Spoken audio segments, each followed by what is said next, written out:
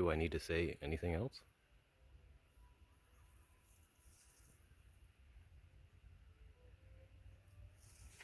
Look at them all.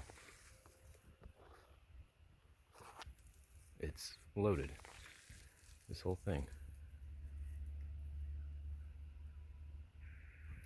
Well, it was anyways.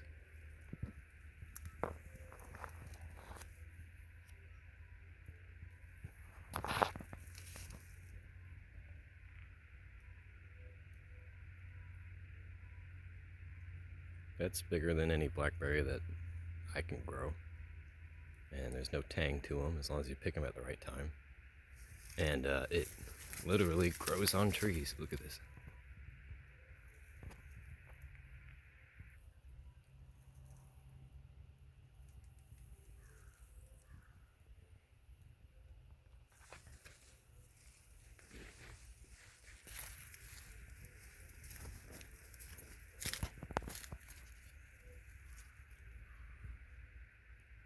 It's just making more. All these are like brand new.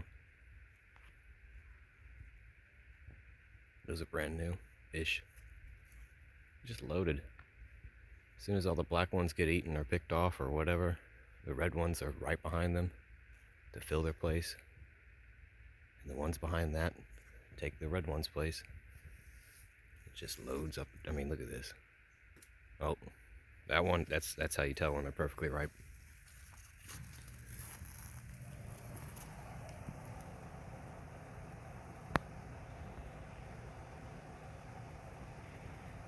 Sometimes you'll find ants on them, but if you don't look for ants, you don't find them, and you technically aren't eating them. So, you know, out of sight, out of mind. Just don't look for ants if you don't want to eat ants.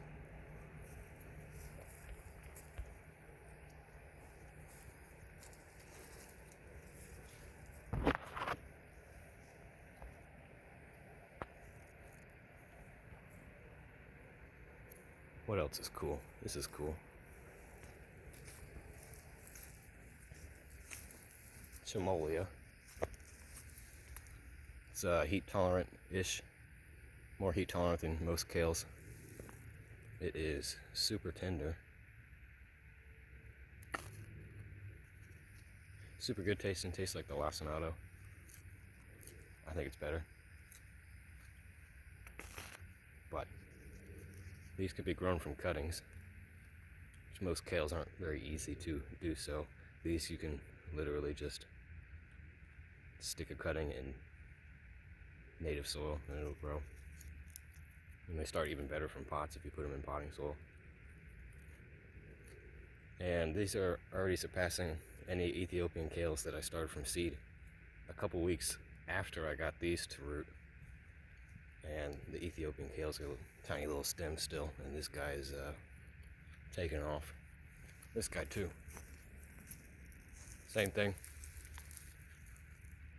Huge.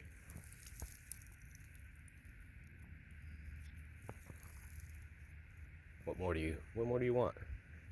I don't have to start seed anymore. I just make sure I keep one of these alive through the winter, just in case anything like Christmas happens again. And I'll have these every year.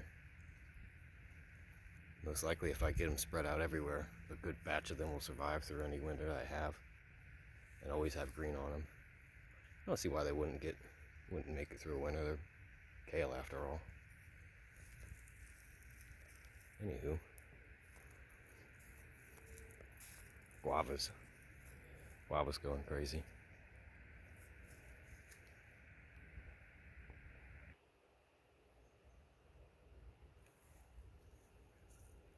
Something about that cold made these guys just blow up full of flower. I'm not mad. This is not a big tree, and it's full of fruit. I'm sure some of them will get dropped off. I'll probably pick some off if it starts to look too overburdened, but still pretty exciting. What else is there? Nothing. There's tomatoes. These are an improved Everglades that I got from Josh Jameson. He sells them on his website, Cody Cove Farm. So far, from the other seedlings, seedling Everglades from the variety I had before that have popped up, most of those are pretty susceptible to fungal diseases or something for leaves closer to the ground. But I don't see a bit of yellow in these. These are two plants. There's one on this corner, there's one on this corner, and they are this big and full of fruit. They do taste better. I don't know how to describe the betterness of it, but it is better than the ones that I have, the one Everglades that I have. They seem to be a little bit bigger, but not by a noticeable amount. Of course, I don't have any ready up here.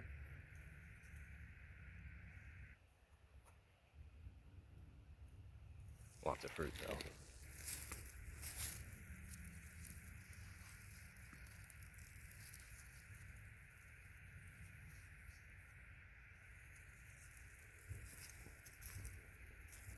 Big old plant. I just can't stop looking at all these mulberries. Thai everbearing, if I didn't say it earlier. Lonnie Reed has some in 3-gallon. If you don't have this, you're missing out. This is not an old plant.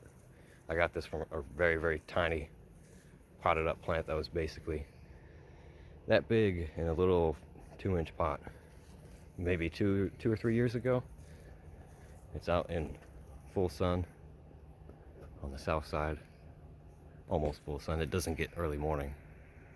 That way's east. I pruned it a little bit. I'm probably going to cut it back pretty good once it's done fruiting, so I can take cuttings and reshape it to something that produces a little bit more, or a lot of it more from what I've seen, which is a lot considering this is already making enough, like too much for me to handle. I'll have to make jams or jellies, but I just hate to not eat all of them out of hand. Yeah, if you pull them and you can do that, they ain't ready. See that one? That one was fine. That one was good. This one's not good yet. Focus. This one might be. Yep.